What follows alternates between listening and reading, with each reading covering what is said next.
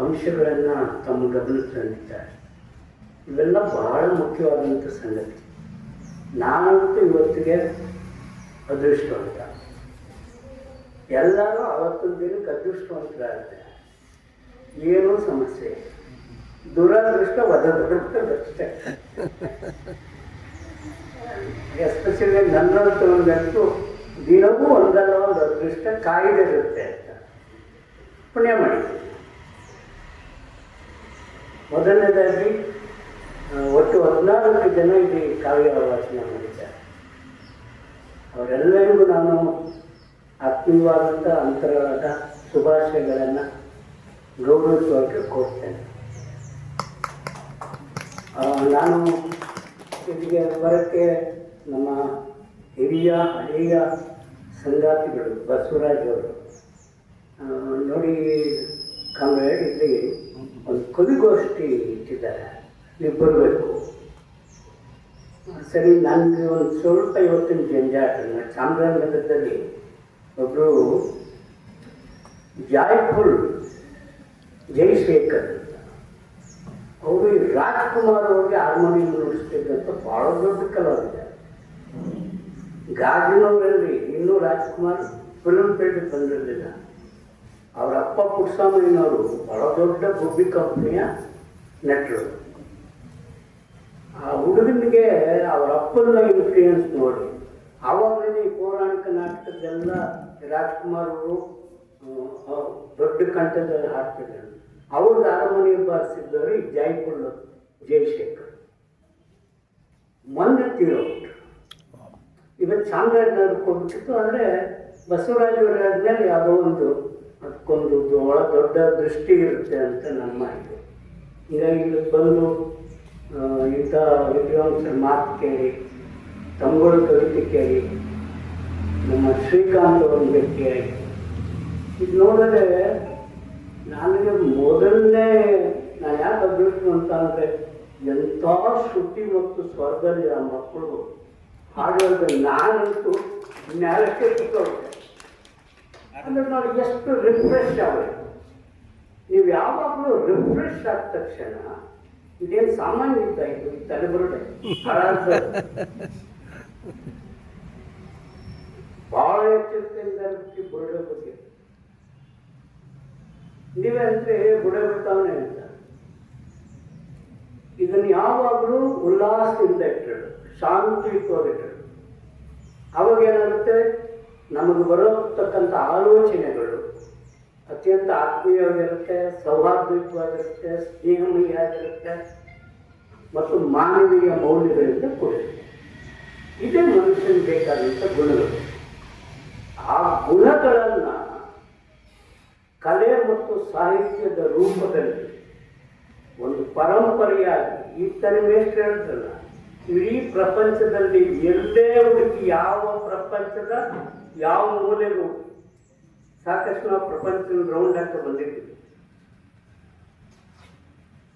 ಆದರೆ ಕನ್ನಡದ ಸಾಹಿತ್ಯ ಪರಂಪರೆ ಇಡೀ ಪ್ರಪಂಚಕ್ಕೆ ಮೀರಿದ್ದರು, ಪಂಪನಿಂದ ಹಿಡಿದು ಕೊನೆಯ ನಮ್ಮ ಸೂಫಿ ಸಂತರವರೆಗೂ ಕೂಡ.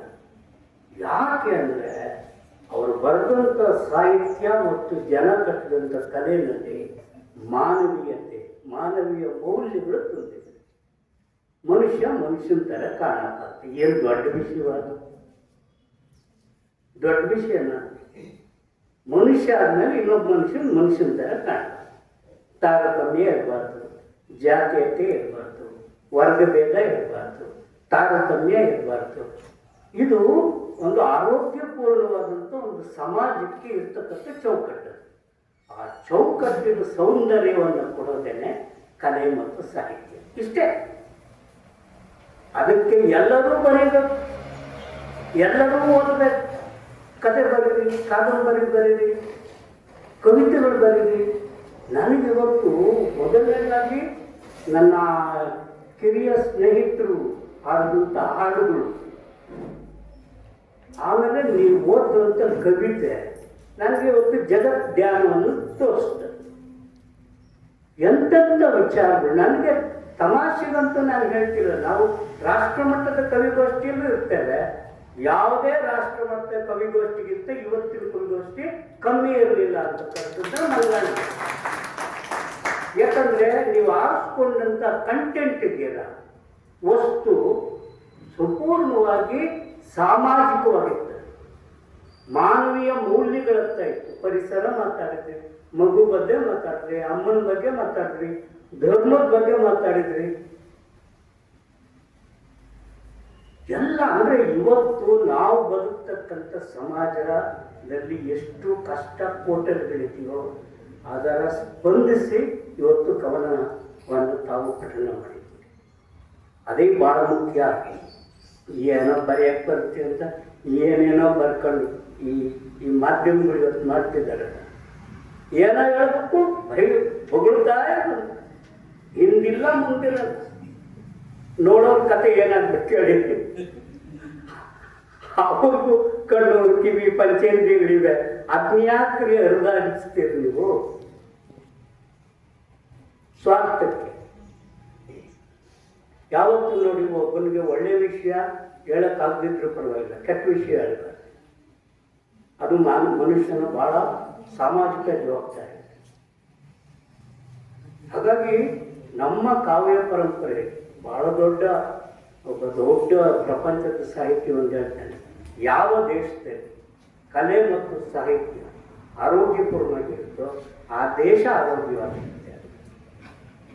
ಇವತ್ತೇನಾದರೂ ಈ ದೇಶ ಇಷ್ಟೊಂದು ಪರಿಪಾಠಗಳು, ನಗೆಪಾಠಗಳು, ಭ್ರಷ್ಟಾಚಾರ, ಅತ್ಯಾಚಾರ, ಅಮಾನವೀಯಾದಂಥ ದುಷ್ಕೃತ್ಯಗಳು ನಡೀತಿದ್ರೆ ಯಾಕೆ ನಾವು ಸ್ವಲ್ಪ ಶಾಂತಿ ಕಾಪಾಡ್ಕೊಂಡಿದ್ರೆ ನಮ್ಮ ಈ ನೆಲದಲ್ಲಿ ಇರ್ತಕ್ಕಂಥ ಸಾಹಿತ್ಯ ಮತ್ತು ಕಲೆಯ ಸ್ಪಂದನದಿಂದ. ಇಲ್ಲಾಂದ್ರೆ ಯಾವತ್ತೂ ರಕ್ತಪಾತ ಆಗುತ್ತಿತ್ತು. ನೋಡಿ, ನಿನ್ನೆ ಮೋದಿಯವರು ಬಂದಿದ್ದಾರೆ ಎಲ್ಲಿಗೆ? ಮೈಸೂರು.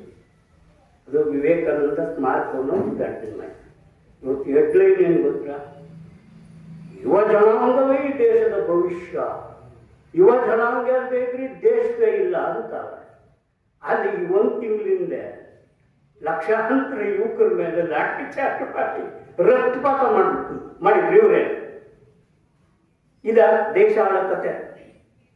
ಅಲ್ಲಿ ಗ್ರಾಮೀಣ ಪ್ರದೇಶದ ಮಕ್ಕಳು ನಮಗೆ ನ್ಯಾಯ ಕೊಡಿ, ಅನ್ಯಾಯ ಆಗಿದೆ, ನೀಟ್ ಎಕ್ಸಾಮ್ನಲ್ಲಿ ಅನ್ಯಾಯ ಆಗಿದೆ ಅಂತ ಬಂದು ಬೀದಿಯಲ್ಲಿ ಅನ್ನ ಇಲ್ಲ, ನೀರಿಲ್ಲ, ಒಂದು ಟಾಯ್ಲೆಟ್ಗೆ ಹೋಗೋಕ್ಕೊಂದು ಬಾತ್ರೂಮ್ ಇಲ್ಲ, ರಸ್ತೆಯಲ್ಲಿ ಬಿದ್ದಿದ್ದಾರೆ. ಅವ್ರ ಮೇಲೆ ಲಾಠಿ ಚಾರ್ಜ್ ಮಾಡಿದವರು ನೀವು. ಯುವ ಸಮಾಜ ಇಲ್ಲದೆ ಇದ್ರೆ ಈ ದೇಶದ ಭವಿಷ್ಯನೇ ಇಲ್ಲ, ಭವಿಷ್ಯನೇ ಹಾಳು ಮಾಡಿದ್ದು. ಇದು ಕಾಂಟ್ರಡಿಕ್ಷನ್ ನಮ್ಮಲ್ಲಿರೋದು. ಸತ್ಯವನ್ನ ಯಾವಾಗಲೂ ಸ್ಪಷ್ಟವಾದ ಅರ್ಥ ಮಾಡಿಕೊಂಡ್ರೆ ನನಗೆ ಒಂದು ನಿಜವಾದಂಥ ಹಕ್ಕಿದೆ ಈ ಸಮಾಜ. ಸುಳ್ಳು ಅವೆಲ್ಲ ಸರಿ ಇಲ್ಲ. ಅಂತ ರಾಜ್ಯವನ್ನ ದೇಶವನ್ನು ಆಡೋರೇನು ಸುಳ್ಳು ಹೇಳ್ಕೊಂಡು ಓಡಾಡಿದ್ರೆ ನಮ್ಮ ಕತೆ ಏನಾಗಬೇಡ ಸ್ವಾಮಿ. ಅದಕ್ಕೆ ಕುವೆಂಪು ಹೇಳಿದ್ರು 1917 ಇಸ್ವಿಯಲ್ಲಿ ಒಂದು ಕವಿತೆ ಬರೀತಾರೆ. ಎಷ್ಟು ವರ್ಷ ಆಯ್ತು? 17 ಇಸ್ವಿ ಅಂದ್ರೆ 109 ವರ್ಷ ಆಯ್ತು. 109 ವರ್ಷದಿಂದ ಕುವೆಂಪು ನೆಲದಲ್ಲಿ ಒಂದು ಕವನವನ್ನು, ಪುಟ್ಟ ಕವನ. ತರುಣರಿರಾಗೆದ್ದೇಳಿ ಎಚ್ಚರಗೊಳ್ಳಿ ಹೇಳಿ, ತರುಣರಿರಾಗೆದ್ದೇಳಿ ಎಚ್ಚರಗೊಳ್ಳಿ ಹೇಳಿ, ಹಳೆ ಮತದ ಕೊಳೆಯಲ್ಲ ಹೊಸಮತಿಯ ಹೊಳೆಯಲ್ಲಿ ಕೊಚ್ಚಿ ಹೋಗಲಿ ಬರಲಿ ವಿಜ್ಞಾನ ಬುದ್ಧಿ, ಬರಲಿ ವಿಜ್ಞಾನ ಬುದ್ಧಿ. ವೇದ ಪ್ರಮಾಣತೆಯ ಮರುಮರೀಚಿಕೆಯಲ್ಲಿ ನೀರರಸಿ ಕೆಳದಿರಲಿ ಸ್ವಾತಂತ್ರ್ಯ ಸಿದ್ಧಿ, ಸ್ವಾತಂತ್ರ್ಯ ಸಿದ್ಧಿ. ಹೊಸ ಬಾಳ ಗೀತೆಯನ್ನು ದಿಕ್ಕು ದೆಸೆ ಬಿರಿವಂತೆ ಕೊರಳೆತ್ತಿ ಕೊರಳೆತ್ತಿ ಕೈಯತ್ತಿ ಕೈಯತ್ತಿ ದನಿಯತ್ತಿ ಹಾಡಿ, ಎಲ್ಲರೂ ದನಿಯತ್ತಿ ಹಾಡಿ. ಸೇರಿ ನಡೆದರೆ ನಿಮ್ಮ ತಡೆಯುವವರು ಯಾರಿಲ್ಲ, ಜಗವೇ ಹಿಂಜರಿಯುವುದು ನಿಡುದಾರಿ ನೀಡಿ, ನಿಡುದಾರಿ ನೀಡಿ. ಸಿಲುಕದಿರಿ ಮತವೆಂಬ ಮೋಹದ ಅಜ್ಞಾನಕ್ಕೆ, ಮತಿಯಿಂದ ದುಡೀರೈ ಲೋಕದ ಹಿತಕ್ಕೆ. ಆ ಮತದ ಈ ಮತದ ಹಳೆ ಮತದ ಸಹವಾಸ ಸಾಗಿನ್ನೂ ಸೇರಿರೈ ಮನುಜ ಮತಕ್ಕೆ.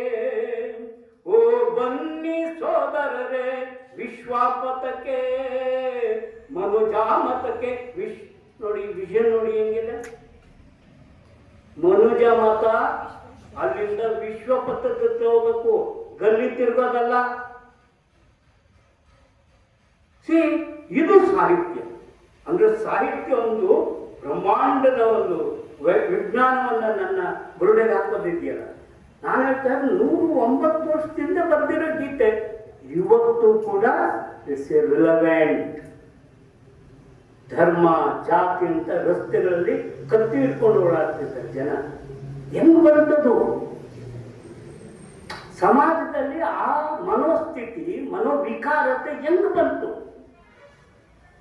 ಆ ವಿಕಾರತೆಗೆ ಆಕಾರ ಕೊಡೋದೇನೆ ಕಾವ್ಯ. ಹಾಗಾಗಿ ದಯವಿಟ್ಟು ಬಹಳ ಚೆನ್ನಾಗಿದೆ. ಎಲ್ಲರೂ ಕೂಡ ಬಹಳ ಮೌಲಿಕವಾದಂಥ ಪದ್ಯಗಳನ್ನ ರಚನೆ ಮಾಡಿದ್ದೀರಿ. ದಯವಿಟ್ಟು ಕಂಟಿನ್ಯೂ ಮಾಡಿ.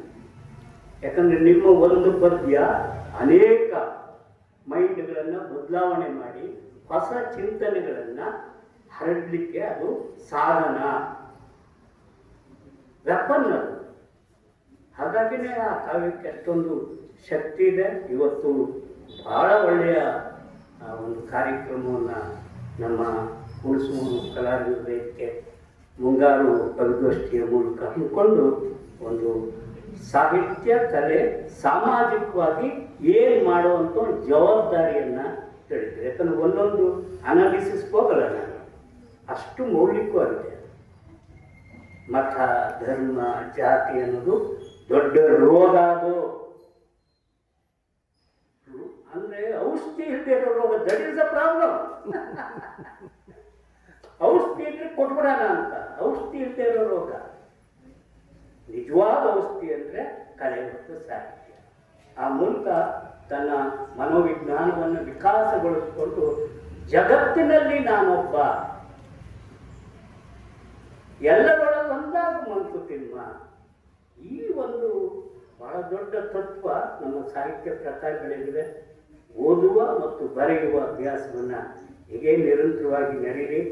ಇಂಥ ಒಂದು ಹುಣಸೂರಿನಲ್ಲಿ ಇಂಥ ಒಂದು ಮಹತ್ವದ ಮುಂಗಾರು ಕವಿಗೋಷ್ಠಿಯನ್ನು ಆರ್ಗನೈಸ್ ಮಾಡಿದಂಥ ನಮ್ಮ ಸೌಮ್ಯ ಗೌರಿ ಮೇಡಮ್ನವರು ಭಾಳ ಜವಾಬ್ದಾರಿಯಿಂದಾಗಿ ಇದನ್ನು ಸಂಘಟನೆ ಮಾಡಿದ್ದಾರೆ. ಅವರು ಮತ್ತು ಅವ್ರ ಗೆಳೆಯರು, ಅವರಿಗೆ ಮತ್ತು ತಮ್ಮೆಲ್ಲರಿಗೂ ವಂದಿಸಿ ನನಗೆ ಈ ಅವಕಾಶ ಕೊಟ್ಟಿದ್ದಕ್ಕಾಗಿ ಧನ್ಯನಾಗಿದ್ದೇನೆ.